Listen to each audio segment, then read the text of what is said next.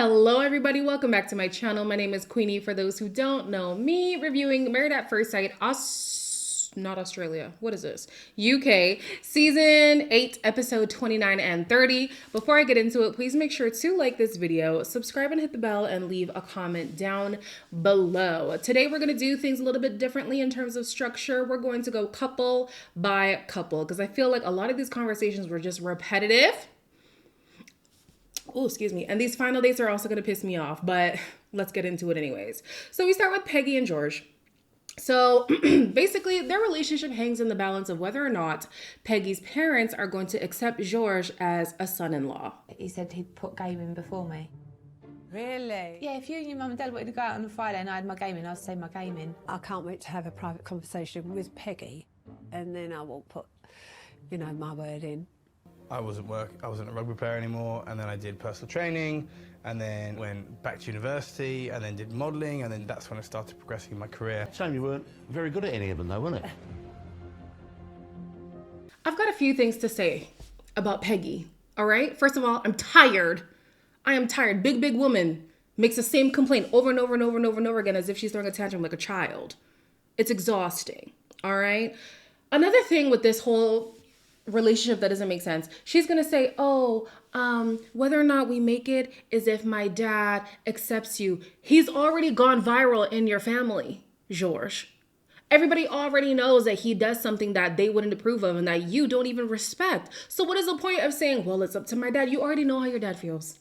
Let's be for real. And the fact that you make it such a big deal is because you probably know your dad's gonna say no. Another thing I have to say for Peggy, big woman like yourself, okay? She lives at home. I guess I missed that part. She lives at home and she takes such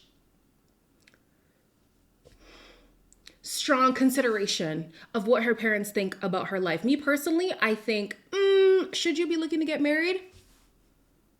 Might be controversial, might offend some people, but I feel like if you are that tied to your parents' opinion at this big age, is marriage the thing for you? Unless it was, arranged by your parents, I don't see the point in, I don't know. Also, if you're saying, oh, it's up to my parents, and then your mama said no, why are we still here? Why are we still in this process? At decision day, at first she was trying to make it seem like, my parents are against it, whatever, but I'm an independent woman. I have my own brain and I'm going to make my own decision and say yes. Okay, fine. Then in the preview for the next episode, she's complaining again because her mom already had said no. Don't waste my time, Peggy. You're so annoying. And I see George's game, hey? George is here like, I am going to be the best husband I can be so that out of this, I come out the victor. I'm seeing the character development of George. He came in looking like the mad child, and I still think there's some characteristics about that. But anything that George has thrown at him, he's been able to he's been able to take on board. So it's kind of like at this point, the person who's problematic is Peggy and not George. And honestly, yeah, that's the narrative I'm gonna go with. Peggy, I'm over you. George, best of luck with your whole streaming thing because I know the numbers have been going up. And hey, love that for you. Next, we have Paul and Tasha. They started off in high spirits, Paul got to meet Tasha's, I think, best friend and goddaughter. It went well. She was like, oh my gosh, I could see him being a father and stuff like that. Right, It was nice. They were talking about future plans, like way in the future, not just right outside of the experiment. They also started talking about moving somewhere in between where they both currently live. So yeah, it was going great.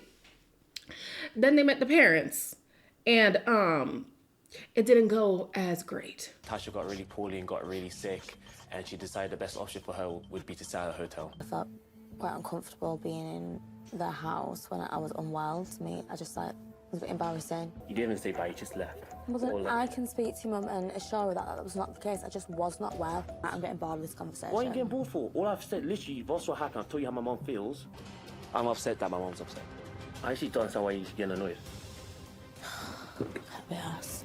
So Paul, as we know, was living in his parents' home. And so they're not really here with the plan of him leaving to live with Tasha. They would rather Tasha stay with them.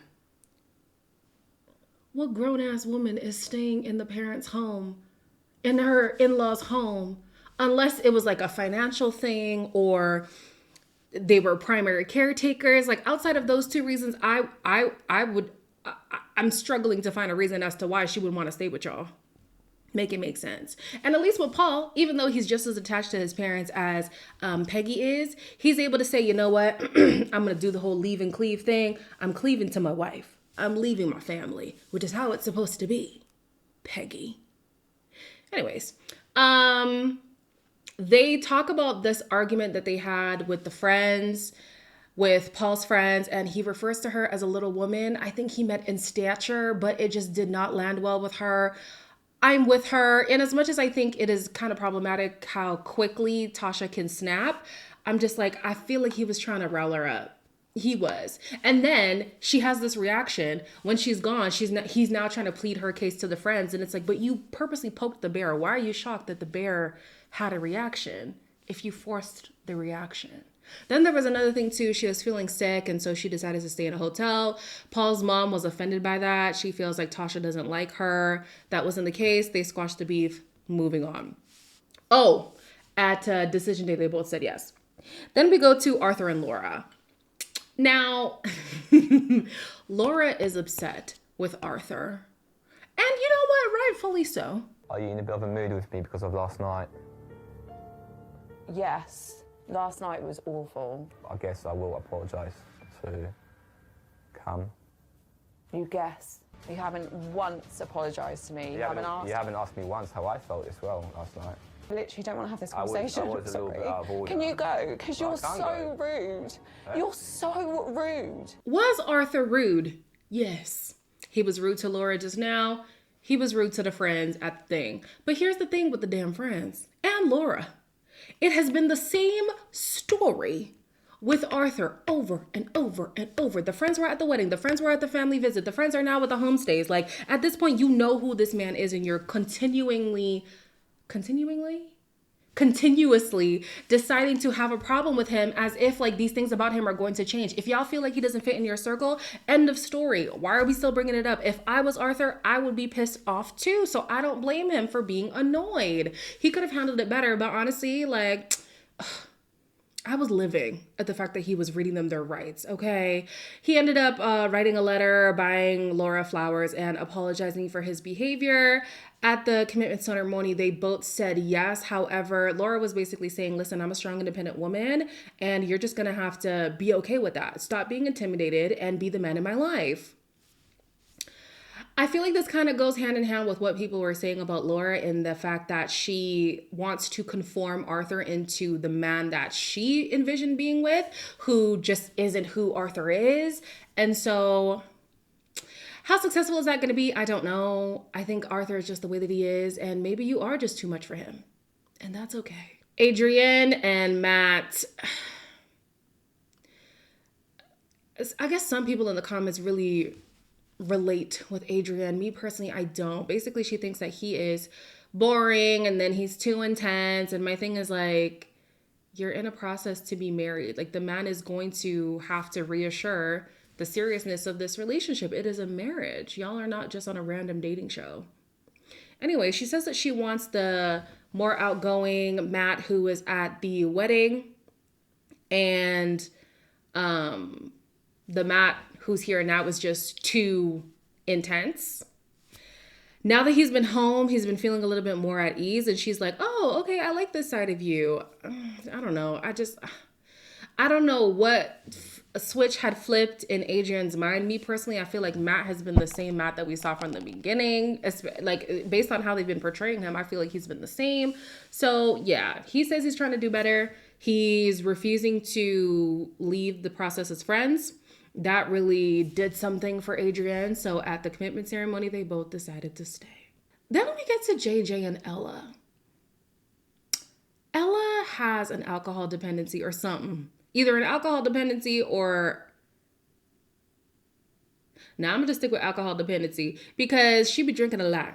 And when she be drinking, she gets belligerent. Ella went out and we had an argument about that regarding the drinking and some of the disrespect that comes from that. She like acts in a way that's just, I find, really disrespectful. Yeah. He's given me so many chances to stop with the whole drinking and saying like crazy stuff. And my concern and worry is it is too late. Me personally, this kind of behavior would be a one and done for me. Actually, 2 strikes you're out.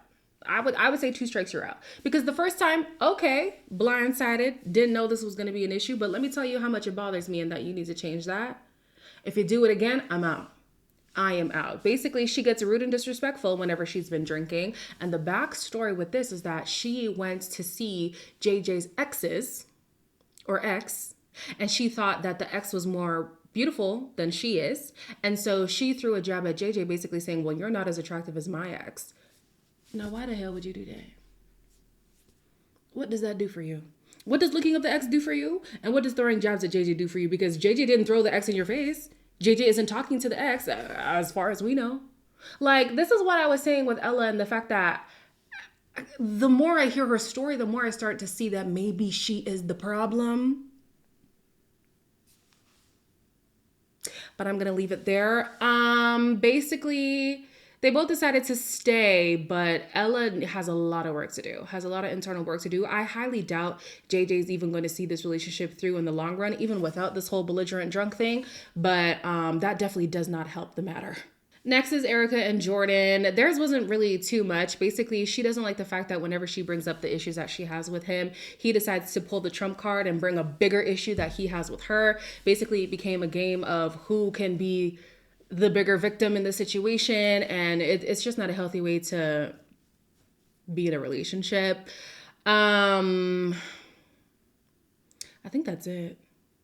Yeah, I think that's it with them. Me personally, I feel like at the beginning, Jordan was agreeable, and realistically, that's not sustainable in a relationship. Eventually, you're going to get to a point where you have your own issues and you're going to have to bring them up. But now he's bringing them up in a way to kind of like overtake Erica's own issues that she's having. So yeah, it's kind of unfair, but it is what it is. It is what it is. They both decided to stay.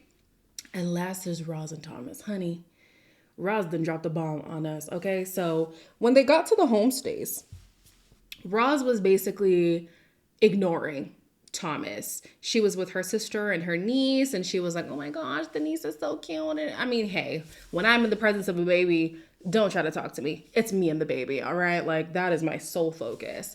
And then after, they had some time on the farm and stuff like that, and then Thomas was seeing again, like, she's not really including me in her life here. On Roz's end, she felt like Thomas could have immersed himself more, but I don't know where he would have fit in because she wasn't giving him the room to integrate himself, right?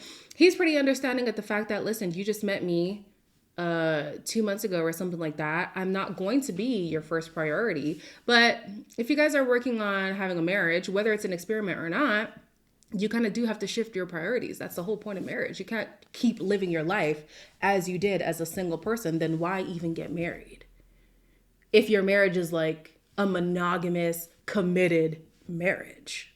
So anyways, at the commitment ceremony, she realizes there really is no future with them. I just like start feeling like I'm just stepping back. My priorities changed. And then when I got home, I realised he wasn't probably as high as he should be. I just know in my heart, like, something changed in my heart. And I'm not willing to put Thomas in a situation. When I look at Thomas, it's not like anything to do with Thomas. I maybe just don't want children with Thomas. She had already told Thomas that she's gonna cut ties with him, but she didn't explain what it was.